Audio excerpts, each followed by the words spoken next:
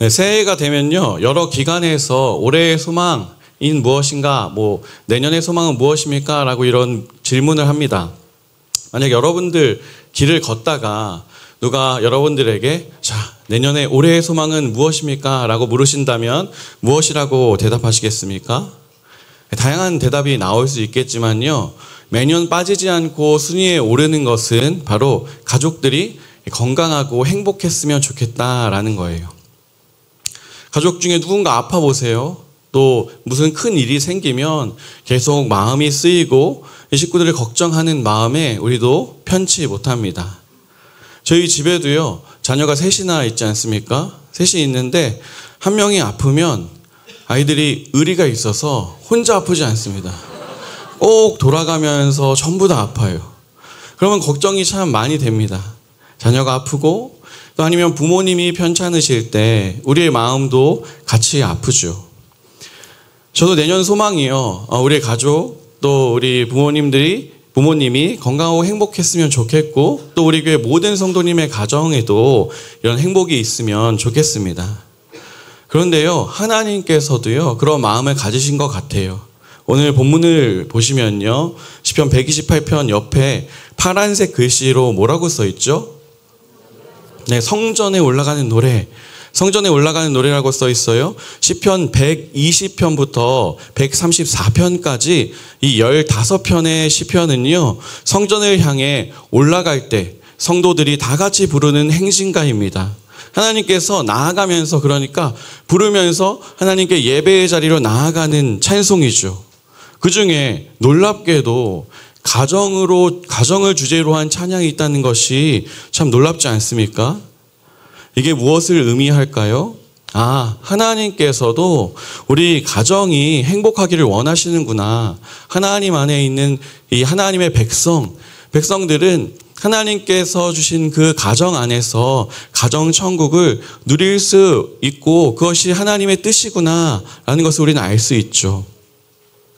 오늘 시편 128편에 하나님께서 주시는 이 4가지 복이 나옵니다. 간략하게 살펴보면요, 첫 번째가 일상의 복입니다. 일상의 복. 2절에 보시면 내 손이 수고한 대로 먹을 것이다 라고 말하죠. 일을 하고 그것으로 먹고 사는 것, 또 편안하게 사는 것, 바로 일상의 복입니다. 우리의 하루하루를 하나님께서 복되게 하신다는 약속이죠. 두 번째는요, 가정에 하나님의 사랑이 넘쳐나게 하십니다. 3절 말씀을 보면 온 가족이 한 집에 앉아서 또 식탁에 앉아서 도란도란 이야기하고 서로를 격려하고 이 대화를 나누는 그런 모습이 떠오릅니다. 이런 따뜻한 사랑을 가정에 주신다는 거죠. 세 번째는 장수의 복인데요, 5절에서 6절을 보시면 너는 평생에 예루살렘의 번영을 보고 내 자식의 자식을 볼 것이다. 당시에는 이 수명이 짧았기 때문에 손주들을 보는 것이 쉽지 않았습니다. 그런데 하나님께서 내가 이 자녀들도 보고 손주도 볼 것이다 라는 이 장수의 약속, 이 땅에서 생명의 약속을 주시는 거죠. 네 번째는 자손의 복입니다. 자손이 많을 것이다. 6절을 공동번역에서 번역하면요, 이렇게 번역했습니다. 아들, 손자를 많이 보게 해주시기를, 이렇게 번역했어요. 그러니까 하나님께서 자녀를 많이 주시는 것도 복이다라는 거죠.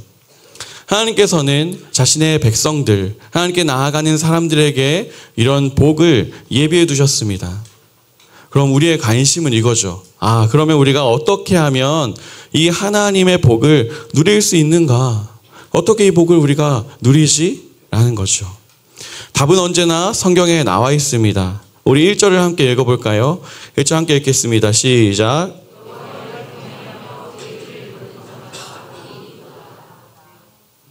아멘. 제가 4절을 읽어드릴게요. 여호와를 경외하는 자마다 이같이 복을 얻으리로다.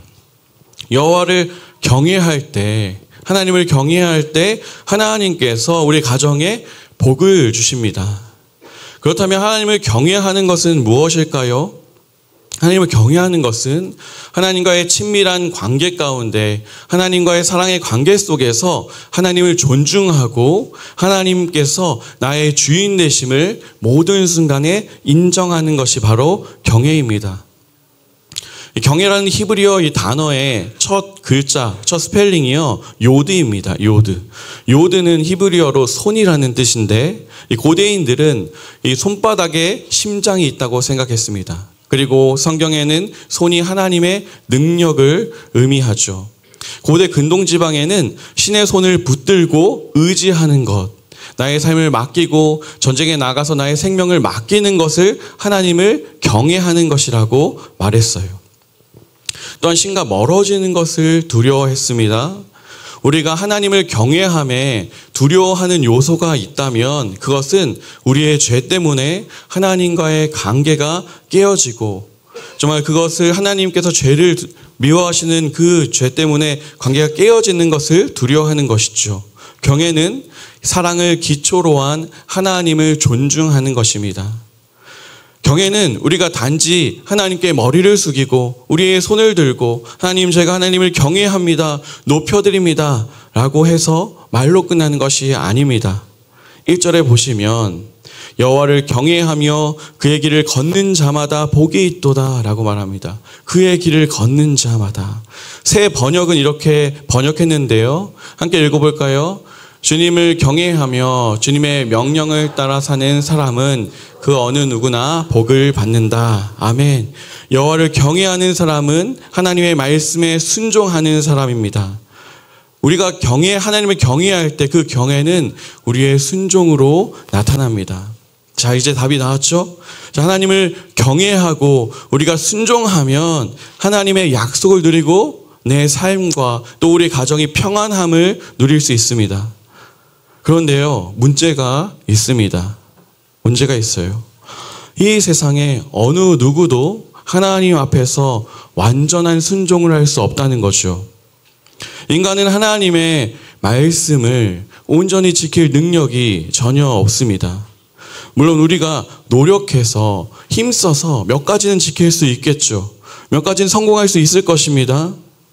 만약 하나님께서 나를 경외하며 나의 뜻을 50%만 순종하면 내가 복을 줄 것이다 라고 이렇게 말씀하셨으면 우리에게 소망이 좀 있겠죠.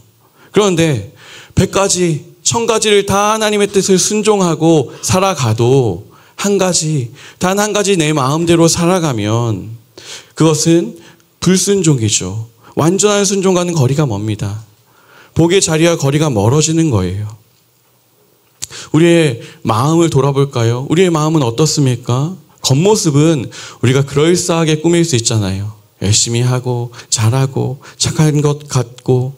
그런데 우리 속에서 일어나는 그 분노, 짜증, 게으름, 질투, 음란, 욕망 이런 문제들을 어떻게 해야 합니까? 하나님께서는 우리의 마음을 다 아시고 다 지으신 분이십니다. 내게는 소망이 없는 거죠. 나의 힘으로 하나님의 이 약속의 복을 누릴 이 능력이 없어요. 누릴 수가 없습니다. 그런데요, 하나님께서 우리를 사랑하셔서 이런 비참한 가운데 우리를 계속 두지 않으셨어요. 하나님을 경외함으로 하나님의 그 뜻을 온전히 지키시고 또한 완전한 순종하시고 기쁨으로 그 길을 가신 분이 계세요. 그분은 바로 예수님이십니다. 예수님께서 완전한 순종으로 하나님께서 기뻐하시는 그 길을 가셨어요. 우리에게 참 기쁜 소식이 있는데요. 그것은 뭐냐? 우리가 예수님을 믿을 때 예수님께서 하신 그 일이 나의 일이 된다는 거예요. 예수님의 순종이 내가 누리게 되는 거고 하나님의 선물을 복으로 받게 되는 것입니다. 그리고 예수님을 믿을 때 성령 하나님께서 우리에게 임재하시고 또 우리와 함께 하시잖아요. 그분 우리 영원히 떠나지 않으시고 우리와 함께 하시고 우리가 하나님의 뜻에 따라 살 수 있도록 날마다 우리를 지도하시고 도와주시고 힘을 주십니다. 만약 우리가 오늘도 하나님의 뜻에 순종하면서 그 길을 걸어가고 있다면 그것은 예수님께서 그 길을 먼저 가셨고 또 우리와 지금도 우리의 손을 잡고 함께 가시기 때문이죠. 경애가 하나님께 우리의 손을 내밀고 하나님의 손을 붙잡고 함께 우리의 삶을 맡기는 것이라면 우리는 예수님께 우리의 삶을 맡기고 그분의 손을 잡고 살아가는 것입니다. 그게 복된 삶이죠. 우리 함께 고백해 볼까요? 예수님으로 행복한 가정 됩니다. 네, 우리의 가정은 예수님으로 행복한 가정이 됩니다. 우리는 예수님 덕분에 하나님의 은혜로 복을 받습니다. 아멘. 그래서 우리는 오늘의 본문의 말씀처럼요, 이제 본문을 기쁘게 이제 나의 약속으로 받을 수 있는 거예요. 오늘 말씀처럼 예수님과 함께 일상의 복을 누리게 되었어요. 첫 번째 이 복된 약속이죠. 2절에 보면 내가 수고한 대로 내 손이 수고한 대로 내가 먹을 것이다. 내가 복되고 형통하리로다 라고 말씀합니다. 제가 질문 하나 할까요? 여러분, 내가 수고한 대로, 내가 수고한 만큼 먹고 사는 것, 그것은 복일까요? 아닐까요? 복이라고 생각하시는 분 혹시 손 들어주시겠습니까? 아, 그건 복이 아니지. 좀 더 많이 벌어야지. 그렇게 생각하시는 분 있어요? 아니면 학생들에게 제가 질문해 보겠습니다. 내가 공부한 만큼만 성적이 나와. 이게 복일까요? 아닐까요? 복이라고 생각해 보시는 분, 네. 아니라고, 이건 아니야. 네, 아닌 친구도 있네요. 네, 감사합니다. 우리는 보통요, 내가 수고하지 않고 먹는 걸 복이라고 생각해요. 맞죠? 네. 로또에 당첨되거나 아니면 건물주가 되어서 아무런 이 노동을 하지 않고 먹고 사는 것, 이걸 복이라고 생각합니다. 학생들은요, 공부를 하지 않은 부분인데 찍었는데 다 맞았어. 은혜라고 생각하죠. 와, 형통이다. 이게 복이죠. 네. 그런데요, 하나님께서는 오늘 말씀에 내가 수고한 대로 먹는 것이 복이다, 이게 형통이다 말씀하세요. 왜 그럴까요? 아담이요, 이 선악과를 먹고 하나님께 불순종했습니다. 하나님께서 아담에게 내리신 징계의 내용이 창세기 3장 18절에 나오는데요. 앞에 보시면 땅이 내게 가시덤불과 엉겅퀴를 낼 것이라. 내가 먹는 것은 박태 채소인즉. 아담이요, 이제 자기가 열심히 농사를 지어서 먹고 살아야 됐어요. 그런데 땅이 자꾸 가시덤불과 엉겅퀴를 내는 거예요. 잡초들이 막 나는 거고, 그것을 뽑으려고 그러면 막 가시에 찔리고 너무 힘든 겁니다. 그리고 잡초들이 영양분을 막 빨아 먹으니까 이 식물들이요, 뿌린 대로 거두지 못하는 거예요. 뿌린 만큼 소득이 없는 거예요. 힘들여 노력해서 이렇게 살아가야 겨우겨우 먹고 사는 거죠. 여러분, 우리의 인생의 고된 이유가 여기 있지 않습니까? 우리가요, 농사를 짓진 않지만 일상을 살아가는 것이 얼마나 힘들어요. 사업하시는 분들, 남의 돈을 버는 것이 그렇게 쉽습니까? 쉽지 않죠. 시장에 가면 괴롭히는 사람 얼마나 많아요. 또라이 총량의 법칙이라고 어디 가나 나를 괴롭히는 사람이 있습니다. 정말 힘들어요. 학생들은 어떻습니까? 공부를 하면, 외우면 그 지식이 머릿속에 남아있으면 좋겠는데 자고 일어나면 어때요? 남아있어요? 네. 축복합니다. 네. 그런데 대부분은 까먹어요. 저도 설교를 막 연습하고 외우면 자고 일어나는데 까먹었어요. 네. 망각의 은사가 우리에게 있는 거죠. 네. 인생이요, 이렇게 고달픈 겁니다. 원래 고달파요. 그런데 이게요, 원래 인생이 그런 게 아니라 다 죄의 저주 때문에 그런 거예요. 죄의 저주. 그런데 예수님께서 우리의 저주를 대신 담당하셨습니다. 신명기에 나무에 달린 자마다 저주를 받은 자라고 말씀하였습니다. 우리가 저주를 받아서 우리가 우리의 죄 때문에 비참하게 살다가 죽어야 되는데 예수님께서 우리를 대신해서 저주를 받으셨어요. 그리고 그 머리에 가시면류관을 쓰셨습니다. 우리를 괴롭게 하던 그 가시덤불에 예수님께서 나 대신 이 말을 찔리시고 나 대신 십자가에서 죽으신 것입니다. 예수님께서 저주를 당하셨고 그 덕분에 우리는 예수님 때문에 죄의 저주에서 해방되었습니다. 우리가 일한 대로 먹는다? 공부한 대로 성적을 얻는다? 뿌린 대로 거둔다? 이것은요, 축복입니다. 하나님의 엄청난 은혜예요. 우리가 하루하루를 살아가는 일상이 하나님의 선물입니다.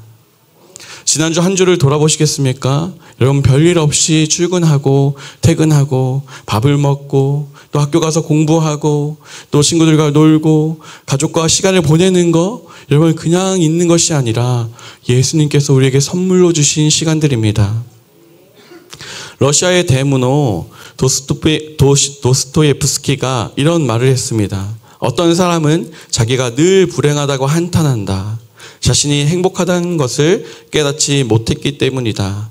행복은 누가 주는 것이 아니라 스스로 찾는 것이다. 여러분, 하나님께서 주신 우리에게 복들, 그 일상의 복들을 누리며 이 보물처럼 잘 간직하는 우리 모두가 되길 축복합니다. 하나님께서 주신 두 번째 복은요, 우리 가정이 예수님의 사랑으로 넘치게 됩니다. 예수님의 사랑으로 넘치는 거예요. 3절을 함께 읽어볼까요? 내 집 안방에 있는 내 아내는 결실한 포도나무 같으며 내 식탁에 있는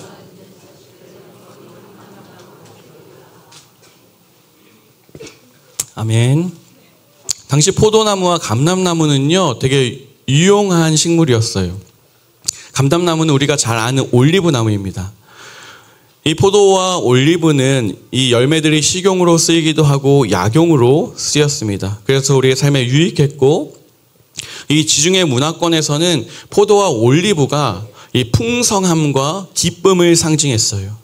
오늘 본문을 보시면 가정의 모습, 하나님 안에 있는 가정의 모습을 포도와 올리브의 모습으로 보여주었습니다. 하나님께서 창조하신 원래의 가정의 모습이 얼마나 아름다운지 보여주고 계신 거예요. 제가 얼마 전에 쓰던 폰이 고장나서 폰을 바꿨습니다. 그래서 이제 사진을 정리하기 시작했어요. 사진을 쭉 정리하다가 한 사진을 보는데 갑자기 눈물이 핑 도는 거예요. 어떤 사진이냐 하면 8년 전에 제가 신혼 초에 아내와 한강에서 찍은 사진인데 그 사진 속에 아내가 너무 해맑게 웃고 있는 거예요. 8년 전이니까 아내가 28이니까 얼마나 젊겠습니까? 정말 빛나는 미소를 지으면서 그 사진 속에 있는데 마음이 이렇게 눈물이 핑 돌았어요. 아내가 정말 고생을 많이 했구나. 지금 네. 애를 낳고 육아를 하면서 얼마나 힘들까 이런 마음이 딱 들더라고요. 제가 그 사진 처음 보는 거 아니거든요. 아내 얼굴도 매일 보잖아요. 그런데 이 매일 보는 사진, 매일 보는 얼굴이 새롭게 느껴지는 것, 그것이 바로 은혜입니다. 하나님께서 주신 사랑이라고 생각해요. 하나님께서 하나님의 예수님의 사랑으로 우리 가정을 회복시키시는 것이라고 생각합니다. 여러분, 예수님의 이야기 우리가 늘 듣죠. 유초등부 때부터 지금까지 들었던 예수님의 이야기, 그 복음이 새롭게 들려질 때 그것은 바로 은혜입니다. 오늘 그 은혜가 우리에게 가득하길 소망합니다. 요즘 시대가 어떻습니까? 개인주의 시대잖아요. 굉장히 개인주의가 심합니다. 다른 사람에게는 별로 관심이 없어요. 내가 생각하는 것, 내가 살아가는 것이 가장 중요한 시대입니다. 버스나 전철에서 보시면요, 옆 사람을 잘 쳐다보지 않습니다. 이 핸드폰을 보고 이어폰에 귀를 꽂고 나만에게 집중합니다. 집에서도 보시면요, 어떤 집은 각 가정의 자녀들이 방에 들어가서 자녀들은 방에서 스마트폰 하고 거실에는 부모님이 스마트폰 하고 있고 밥 먹어라 카톡으로 보내고 야 모이자 카톡으로 이렇게 소통하고 이런 경우도 있을 수 있죠. 핵가족도 부족해서 1인 가구가 점점 많아지지 않습니까? 이건 피할 수 없는 사회 현상입니다. 앞으로 점점 더 가속화되고 심해질 것이죠. 근데 이런 세상 가운데서 우리가 어떻게 가정을 세워나가고 지켜야 하느냐는 겁니다. 가정에서요, 사람들이 자기중심성을 버리지 못하고 결혼했는데도 자기를 알아주지 않는다고 아픔을 겪고 싸우고 깨어지고 또 서로 미워하기도 합니다.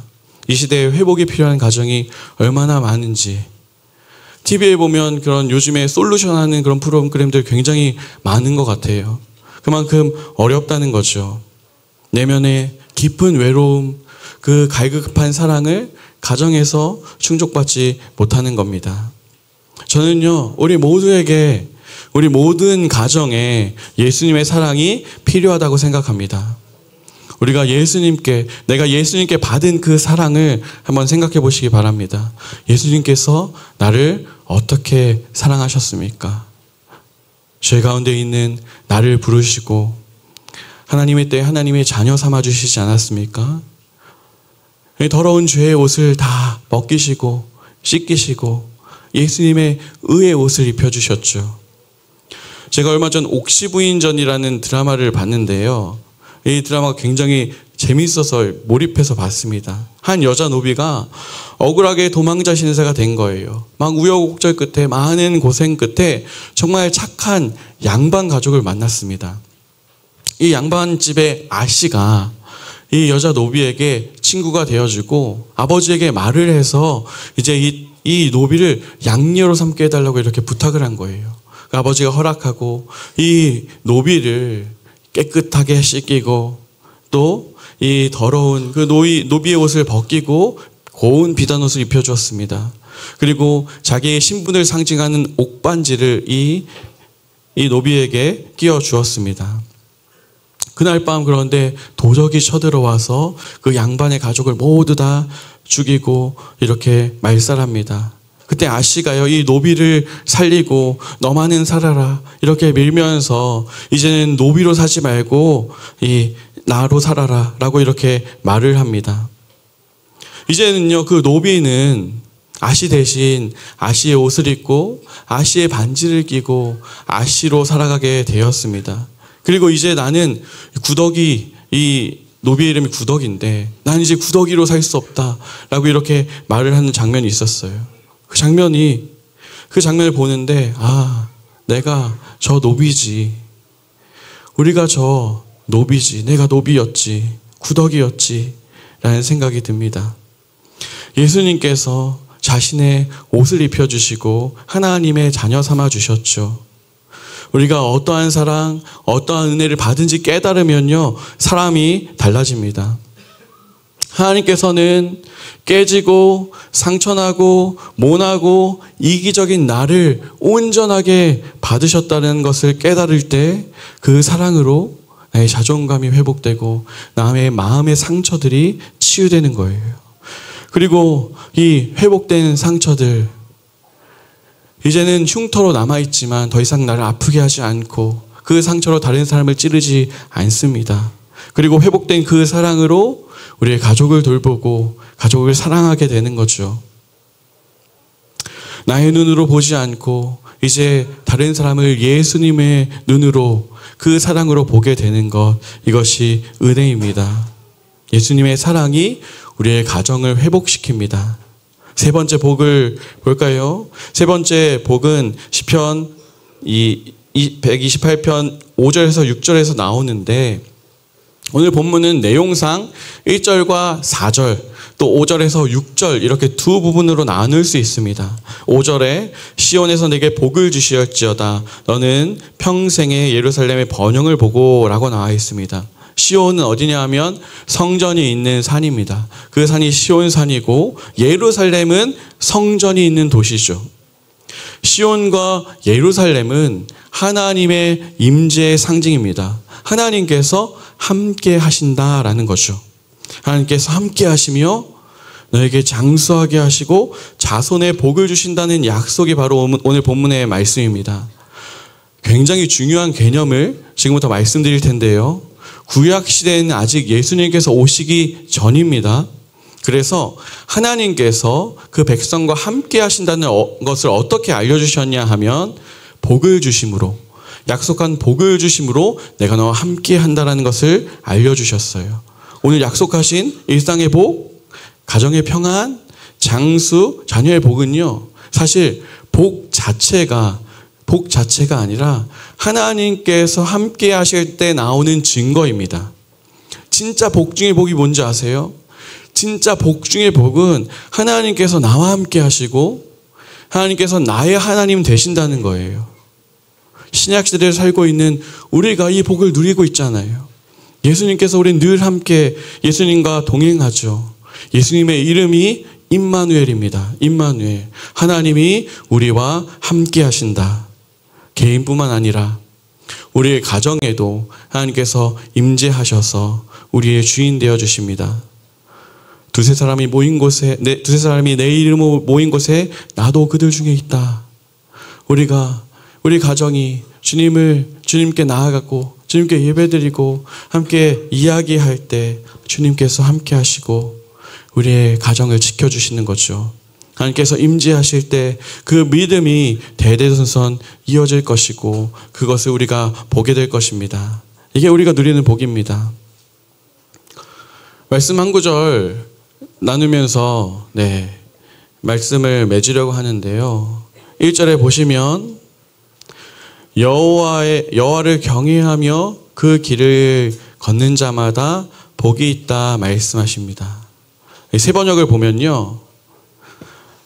주님을 경외하며 주님의 명령에 따라 사는 사람은 누구나 복을 받는다라고 나와 있어요. 저는 여기서 어느 누구나가 그렇게 은혜가 되더라고요.